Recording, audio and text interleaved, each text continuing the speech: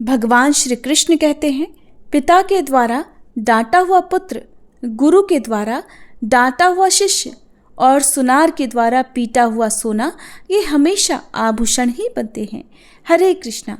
आप सभी का दिन शुभ और मंगलमय हो। इससे पहले की कथा सुनने के लिए और कमेंट्स करने के लिए आप सभी का बहुत बहुत धन्यवाद। आज सुनिए आषाढ़ मास महात्म्य में आगे का वृत्तांत। देवर्षि नारद के पूछने पर श्री ब्रह्मा जी कहते हैं, देवर्षि नारद, नाग तीर्थ के नाम से जो प्रसिद्ध क्षेत्र है वह सभी अभीष्ट वस्तुओं को देने वाला तथा मंगलमय है। वहां भगवान नागेश्वर निवास करते हैं। उनके महात्म्य की विस्तृत कथा भी सुनो। प्रतिष्ठानपुर में चंद्रवंशी राजा शूरसेन राज्य करते थे। वे समस्त गुणों के सागर और बुद्धिमान थे। उन्होंने अपनी पत्नी के साथ पुत्र उत्पन्न करने के लिए बड़े बड़े प्रयास किए। दीर्घ काल के पश्चात उन्हें एक पुत्र हुआ, किंतु वह भयानक आकार वाला एक सर्प था। राजा ने उस पुत्र को बहुत छिपाकर रखा। किसी को इस बात का पता ही नहीं लग पाया कि राजा का पुत्र एक सर्प है। अंतःपुर अथवा बाहर का मनुष्य भी इस भेद से परिचित नहीं हो पाया। माता पिता के सिवा धाय, अमात्य और पुरोहित भी ये बात नहीं जान सकते थे। उस भयंकर सर्प को देखकर पत्नी सहित राजा को प्रतिदिन बड़ा संताप यानी कि दुख होता था। वे सोचते, सर्प रूप पुत्र की अपेक्षा तो पुत्रहीन रहना ही अच्छा है। वे था तो बहुत बड़ा सर्प, किंतु बातें मनुष्यों की सी करता था। एक दिन उसने अपने पिता से कहा, मेरे चूड़ाकरण, उपनयन तथा वेदाध्ययन संस्कार कराइए। पिताश्री, द्विज तब तक वेद का अध्ययन नहीं करता जब तक शूद्र के समान रहता है। अपने पुत्र की ये बात सुनकर राजा शूरसेन बहुत दुखी हुए। उन्होंने किसी ब्राह्मण को बुलाकर उसके संस्कार आदि कराए। वेदाध्ययन समाप्त करके सर्प ने अपने पिता से कहा, हे राजन, मेरा विवाह भी करा दीजिए। मुझे स्त्री प्राप्त करने की इच्छा हो रही है। मेरा विश्वास है ऐसा किए बिना आपका कोई भी कार्य सिद्ध नहीं हो पाएगा। पुत्र का ये निश्चय जानकर राजा ने अमात्यों को बुलाया और उसके विवाह के लिए इस प्रकार कहा, मेरा पुत्र युवराज नागेश्वर सब गुणों की खान है। वह बुद्धिमान, शूर, दुर्जय तथा शत्रुओं को संताप देने वाला है। अब उसका विवाह करना है। मैं बूढ़ा हो गया हूँ। अब पुत्र को राज्य का भार सौंपकर निश्चिंत हो जाना चाहता हूँ। इसलिए आप लोग मेरे हित साधन में तत्पर होकर उसके विवाह के लिए प्रयास कीजिए।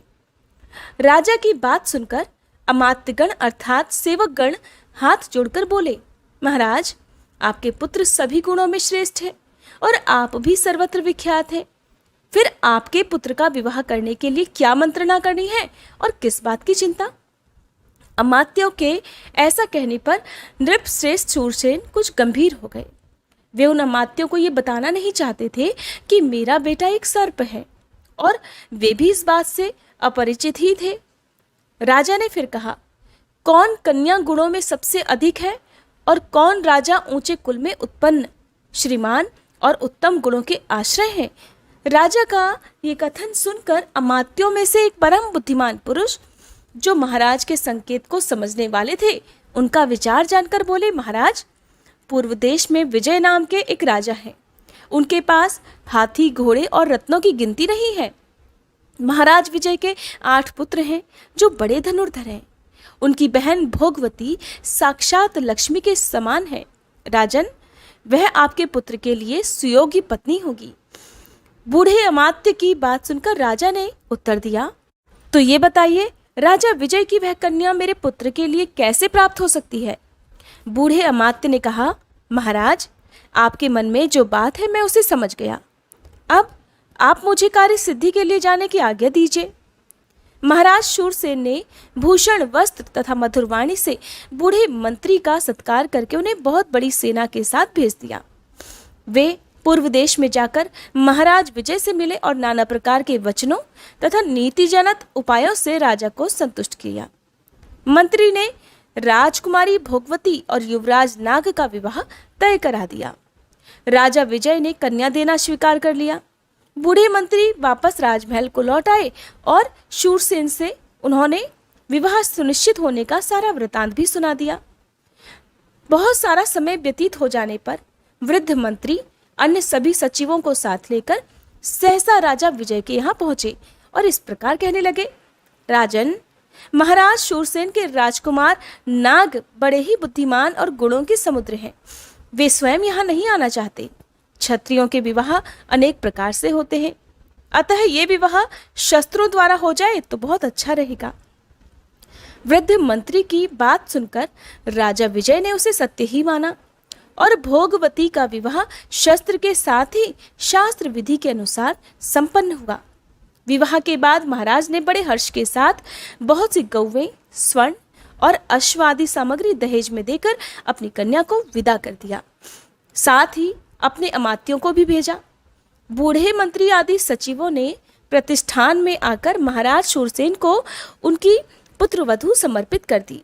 राजा विजय ने जो भी विनयपूर्ण वचन कहे थे उनको भी सुनाया और उनकी दी हुई दहेज की सामग्री, विचित्र आभूषण, दासियां तथा वस्त्र आदि निवेदन किए।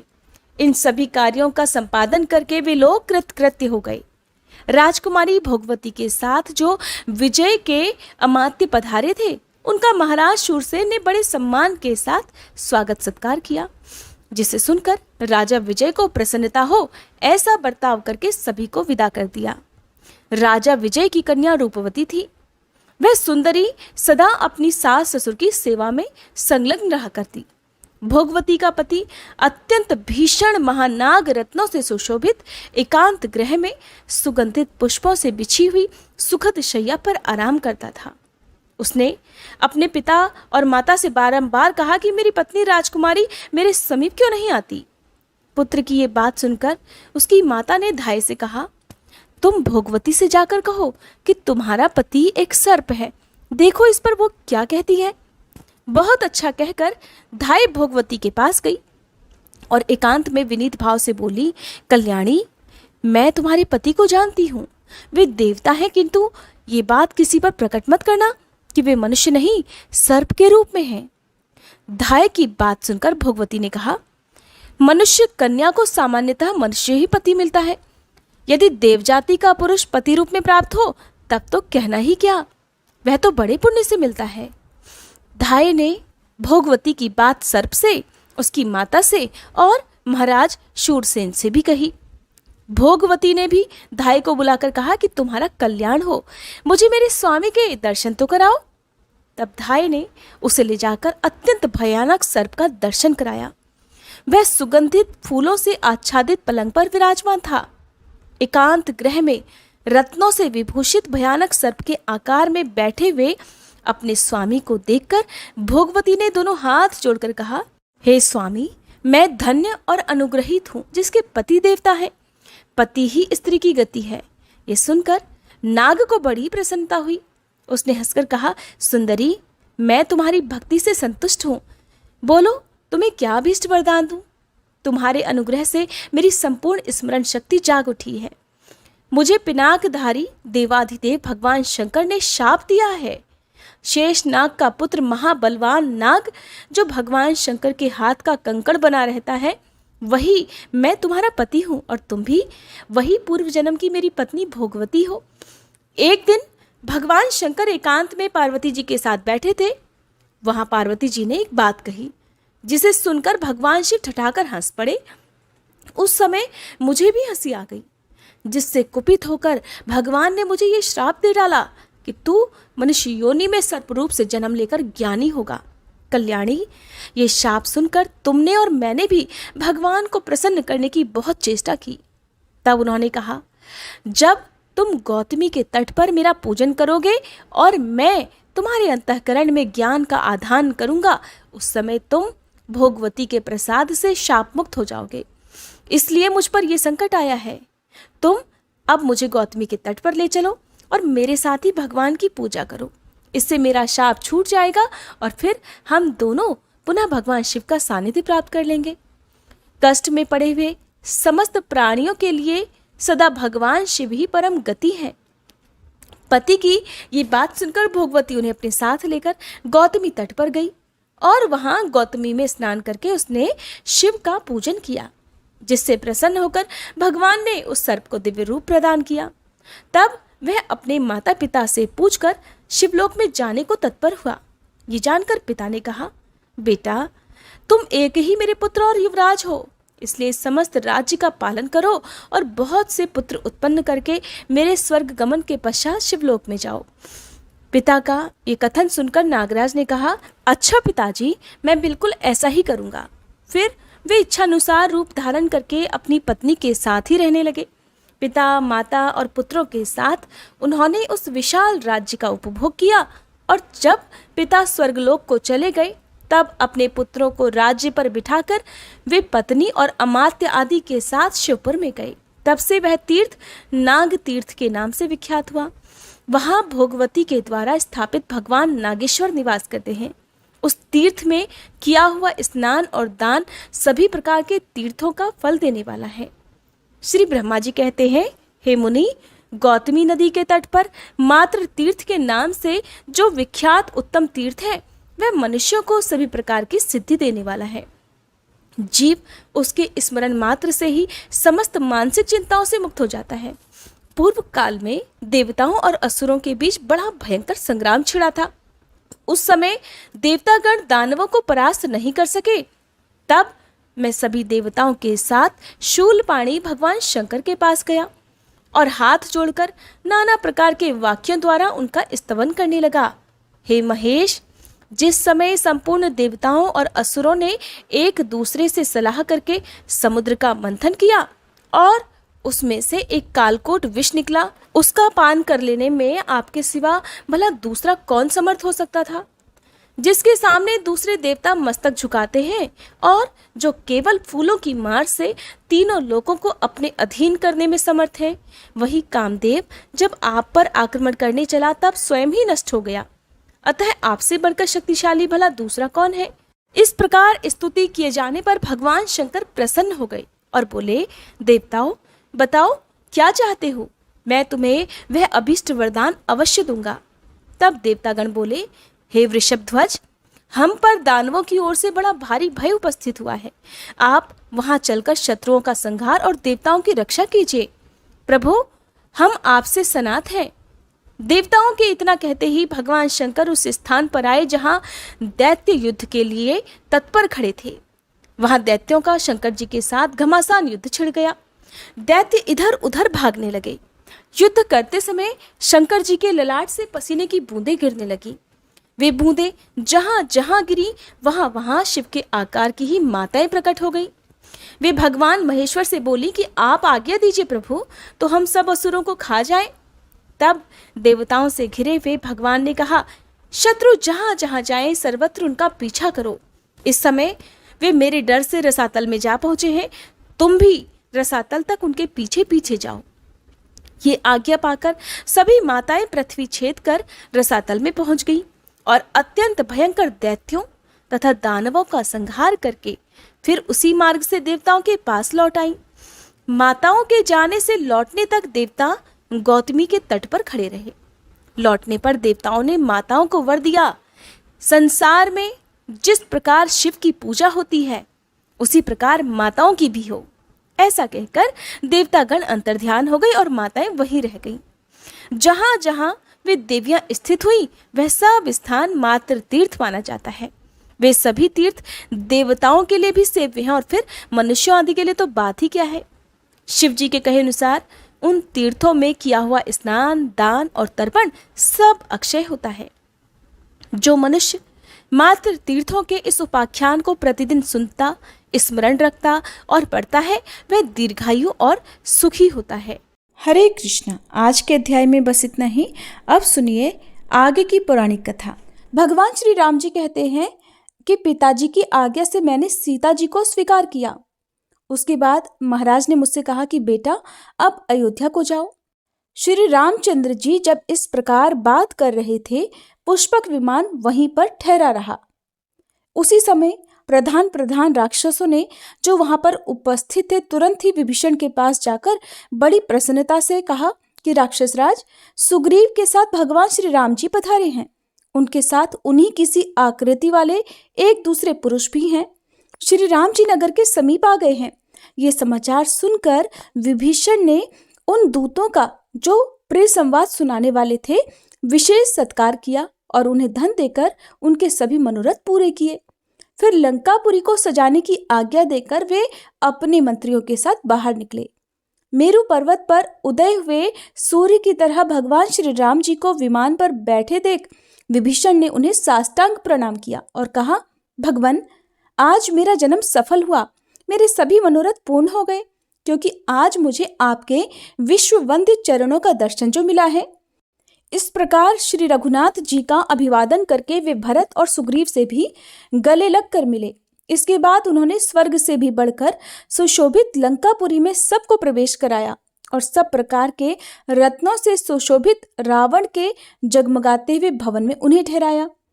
जब श्री राम जी आसन पर विराजमान हो गए तब विभीषण ने अर्घ्य निवेदन करके हाथ जोड़कर सुग्रीव और भरत से कहा कि यहाँ पधारे हुए भगवान श्री राम जी को भेंट करने योग्य कोई वस्तु मेरे पास नहीं है। ये लंकापुरी तो स्वयं भगवान ने ही त्रिलोकी के लिए कंटक रूप पापी शत्रु को मारकर मुझे प्रदान की है। ये पुरी ही नहीं बल्कि ये स्त्रियां, ये पुत्र और स्वयं मैं, ये सब कुछ भगवान की सेवा में अर्पित है। भगवान, आपको नमस्कार है, आप इसे स्वीकार करें।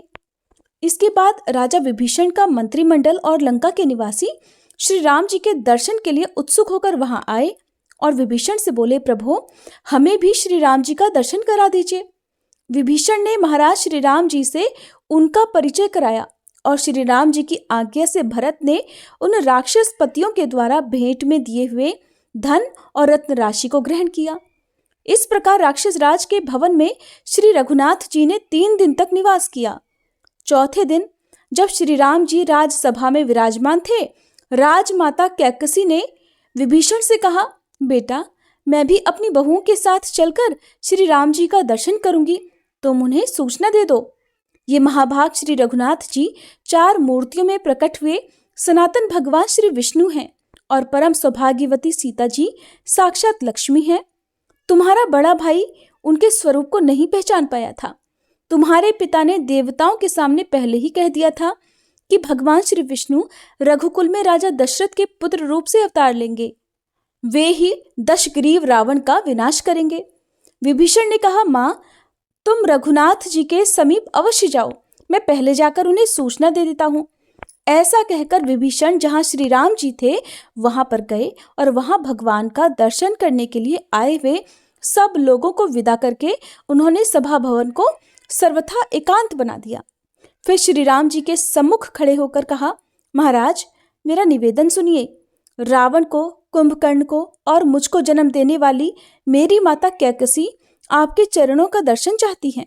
प्रभु, आप कृपा करके उन्हें दर्शन दीजिए। श्री राम जी कहने लगे, राक्षस राज, तुम्हारी माता मेरी भी तो माता ही हैं। मैं माता का दर्शन करने की इच्छा से खुद ही उनके पास चलूंगा, तुम जल्दी मेरे आगे आगे चलो। ऐसा कहकर वे सिंहासन से उठे और चल पड़े। कैकसी के पास पहुंचकर उन्होंने मस्तक पर अंजलि बांधकर उसे प्रणाम करते हुए कहा, देवी, मैं आपको प्रणाम करता हूँ। मित्र माता होने के कारण आप धर्मतः मेरी माता हैं। जैसे कौशल्या मेरी माता हैं, उसी प्रकार आप भी हैं। कैकसी बोली, वत्स, तुम्हारी जय हो, तुम चिरकाल तक जीवित रहो। वीर, मेरे पति ने कहा था कि भगवान श्री विष्णु देवताओं का हित करने के लिए रघुकुल में मनुष्य रूप से अवतार लेंगे।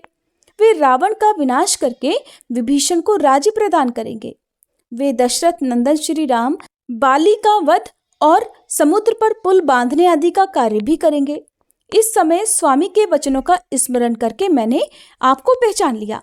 सीता जी लक्ष्मी जी हैं, आप श्री विष्णु हो और ये वानर देवतागण हैं। अच्छा बेटा, तुम्हें अमर यश प्राप्त हो।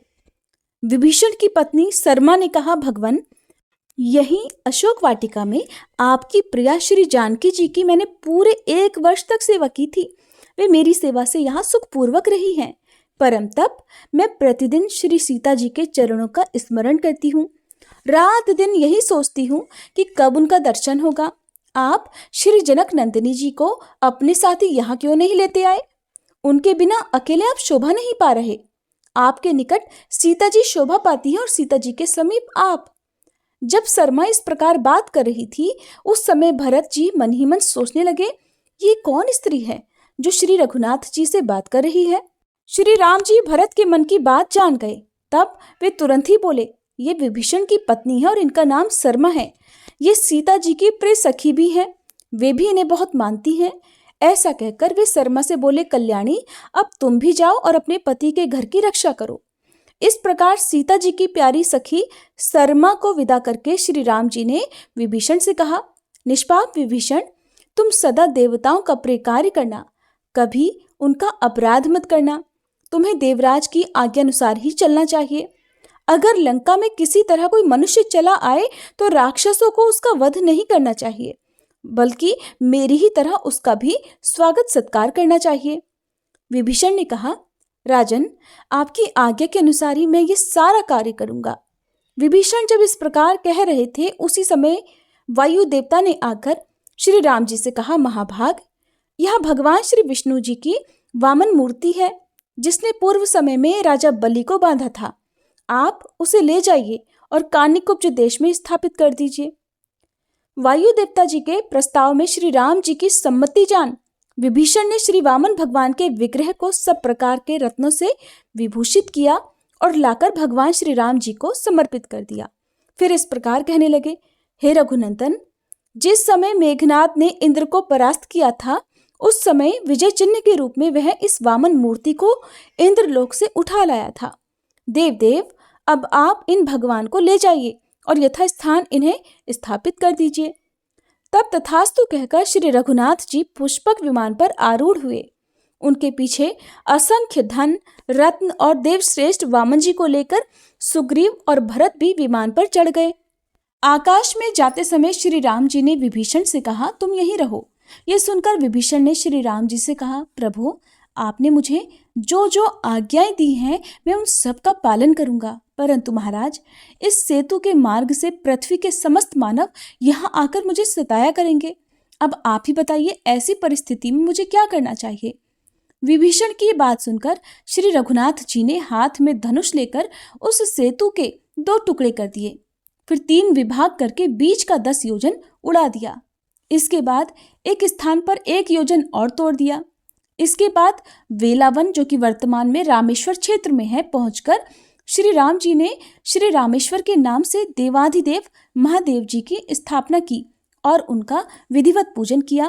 तब उनसे प्रसन्न होकर भगवान रुद्र बोले, रघुनंदन, मैं इस समय यहाँ साक्षात रूप से विराजमान हूँ।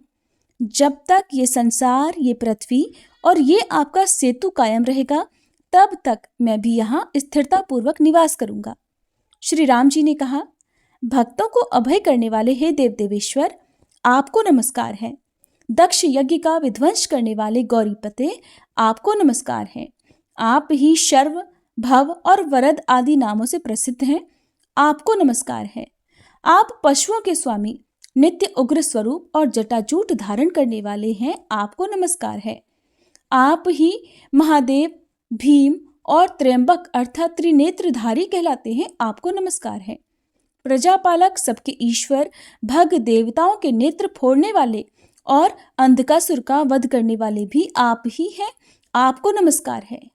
आप नीलकंठ, भीम, वेदा, ब्रह्मा जी के द्वारा स्तुत कुमार कार्तिकेय के शत्रु का विनाश करने वाले, कुमार को जन्म देने वाले, विलोहित, धूम्र, शिव, क्रथन, नील शिखंड, शूली, दिव्यशाई, उग्र और त्रिनेत्र आदि नामों से प्रसिद्ध हैं। सोना और धन आपका वीर्य है, आपका स्वरूप किसी के चिंतन में नहीं आ सकता। आप देवी पार्वती के स्वामी हैं। संपूर्ण देवता आपकी स्तुति करते हैं। आप शरण लेने योग्य, कामना करने योग्य और साध्योजात नाम से प्रसिद्ध हैं। प्रभु, आपको नमस्कार है। आपकी ध्वजा में वृषभ का चिन्ह है। आप मुंडित भी हैं और जटाधारी भी। आप ब्रह्मचर्य व्रत का पालन करने वाले, तपस्वी, शांत, ब्राह्मण भक्त, जय स्वरूप, विश्व के आत्मा, संसार की सृष्टि करने वाले और संपूर्ण विश्व को व्याप्त करके स्थित हैं, आपको नमस्कार है। आप दिव्य स्वरूप, शरणागत का कष्ट दूर करने वाले, भक्तों पर सदा ही दया रखने वाले और विश्व के तेज और मन में व्याप्त रहने वाले हैं, आपको बारंबार नमस्कार है। पुलत्स्य जी कहते हैं, इस प्रकार स्तुति करने पर देवाधिदेव महादेव जी ने अपने सामने खड़े हुए श्री राम जी से कहा, रघुनंदन, आपका कल्याण हो। कमल नयन परमेश्वर, आप देवताओं के भी आराध्य और सनातन पुरुष हैं। नर रूप में छुपे हुए साक्षात श्री नारायण हैं, इसमें बिल्कुल भी संदेह नहीं। देवताओं का कार्य सिद्ध करने के लिए ही आपने अवतार ग्रहण किया था। सो अब इस अवतार का सारा कार्य आपने पूरा कर दिया है। आपके बनाए हुए मेरे इस स्थान पर समुद्र के समीप आकर जो मनुष्य मेरा दर्शन करेंगे, वे अगर महापापी होंगे तब भी उनके सारे पाप नष्ट हो जाएंगे। ब्रह्म हत्या आदि जो कोई भी घोर पाप हैं, वे मेरे दर्शन मात्र से ही नष्ट हो जाते हैं। इसमें संदेह करने की भी कोई बात नहीं है। अच्छा, अब आप जाइए और गंगा जी के तट पर भगवान श्री वामन की स्थापना कीजिए। पृथ्वी के 8 भाग करके उन्हें पुत्रों को सौंप दीजिए और स्वयं अपने परम धाम को पधारिए। भगवान, आपको नमस्कार है। इसके बाद श्री राम जी भगवान शंकर को प्रणाम करके वहां से चल दिए। ऊपर ही ऊपर जब वे पुष्कर तीर्थ के सामने पहुंचे तो उनके विमान की गति रुक गई। अब वह विमान आगे नहीं बढ़ पाता था। तब श्री राम जी ने कहा, सुग्रीव, इस निराधार आकाश में स्थित होकर भी ये विमान कैसे आबद्ध हो गया, कैसे रुक गया? इसका कुछ कारण तो अवश्य होगा। तुम नीचे जाकर पता लगाओ। श्री रघुनाथ जी की आज्ञानुसार सुग्रीव विमान से उतरकर जब पृथ्वी पर आए तो क्या देखते हैं कि देवताओं, सिद्धों और ब्रह्म ऋषियों के समुदाय के साथ चारों वेदों से युक्त भगवान ब्रह्मा जी विराजमान हैं।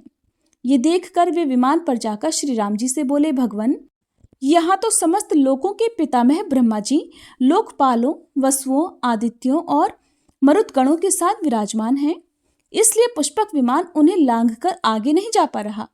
तब श्री राम जी सुवर्ण भूषित पुष्पक विमान से उतरे और देवी गायत्री के साथ बैठे हुए भगवान ब्रह्मा जी को साष्टांग प्रणाम किया। इसके बाद वे प्रणत भाव से उनकी स्तुति करने लगे। श्री राम जी के द्वारा स्तुति किए जाने के बाद विनीत भाव से खड़े हुए श्री राम जी का हाथ पकड़कर ब्रह्मा जी बोले कि रघुनंदन, आप साक्षात श्री विष्णु हैं। देवताओं का कार्य करने के लिए ही आप इस पृथ्वी पर मनुष्य रूप में अवतीर्ण हुए हैं। प्रभु, अब आप देवताओं का संपूर्ण कार्य कर चुके हैं। आप गंगा जी के दक्षिण किनारे श्री वामन भगवान की प्रतिमा को स्थापित करके आप अयोध्यापुरी को लौट जाइए और वहां से परम धाम को सिधारिए। महादेव जी के बाद ब्रह्मा जी से भी आज्ञा पाकर श्री रामचंद्र जी ने उन्हें प्रणाम किया और पुष्पक विमान पर चढ़कर वहां से मथुरापुरी की यात्रा की। वहां पुत्र और पत्नी सहित शत्रुघ्न जी से मिलकर श्री राम जी भरत और सुग्रीव के साथ बहुत संतुष्ट हुए। शत्रुघ्न ने भी अपने भाइयों को उपस्थित देख उनके चरणों में मस्तक झुकाकर प्रणाम किया। उनके 5 अंग अर्थात दोनों हाथ, दोनों घुटने और मस्तक धरती का स्पर्श करने लगे। श्री राम जी ने भाई को उठाकर छाती से लगा लिया। इसके बाद भरत और सुग्रीव भी शत्रुघ्न से मिले। जब श्री राम जी आसन पर विराजमान हुए तब शत्रुघ्न ने बड़ी तेजी से अर्घ्य निवेदन करके सेना, मंत्री आदि 8 अंगों से युक्त अपने राज्य को उनके चरणों में अर्पित कर दिया। श्री राम जी के आगमन का समाचार सुनकर समस्त मथुरावासी, जिनमें ब्राह्मणों की संख्या बहुत ज्यादा थी, उनके दर्शन के लिए आए। भगवान ने सारे सचिवों, वेद के विद्वानों, ब्राह्मणों से वार्तालाप करके 5 दिन और मथुरा में ठहरकर फिर वहां से जाने का विचार किया। उस समय श्री राम जी ने बहुत प्रसन्न होकर शत्रुघ्न से कहा कि तुमने जो कुछ भी मुझे अर्पण किया है वो सब मैंने तुम्हें वापस कर दिया। अब मथुरा के राज्य पर अपने दोनों पुत्रों का अभिषेक करो। ऐसा कहकर भगवान श्री राम वहां से चल दिए और दोपहर होते होते गंगा तट पर महोदय तीर्थ पर जा पहुंचे। वहां भगवान वामन जी को स्थापित करके वे ब्राह्मणों और भावी राजाओं से बोले, ये मैंने धर्म का सेतु बनाया है जो ऐश्वर्य और कल्याण की वृद्धि करने वाला है। समयानुसार इसका पालन करते रहना चाहिए। किसी प्रकार इसका उल्लंघन करना उचित नहीं है। इसके बाद भगवान श्री राम वानर राज सुग्रीव को किष्किंधा भेजकर अयोध्या वापस लौट कर आए और पुष्पक विमान से बोले कि अब तुम्हें यहाँ आने की आवश्यकता नहीं होगी। जहाँ धन के स्वामी कुबेर हैं, तुम अब वहीं रहना। इसके बाद श्री राम जी संपूर्ण कार्यों से निवृत्त हो गए। अब उन्होंने अपने लिए कोई कर्तव्य शेष नहीं समझा। भीष्म, इस प्रकार मैंने श्री राम की कथा के प्रसंग से भगवान श्री वामन के प्राकट्य की वार्ता भी तुमसे कह दी। इसके बाद भीष्म जी ने जो कुछ भी पूछा उसका विस्तार पूर्वक वर्णन आप सभी अगले अध्याय में सुनिएगा। उम्मीद है आज की ये कथा आपको पसंद आई होगी।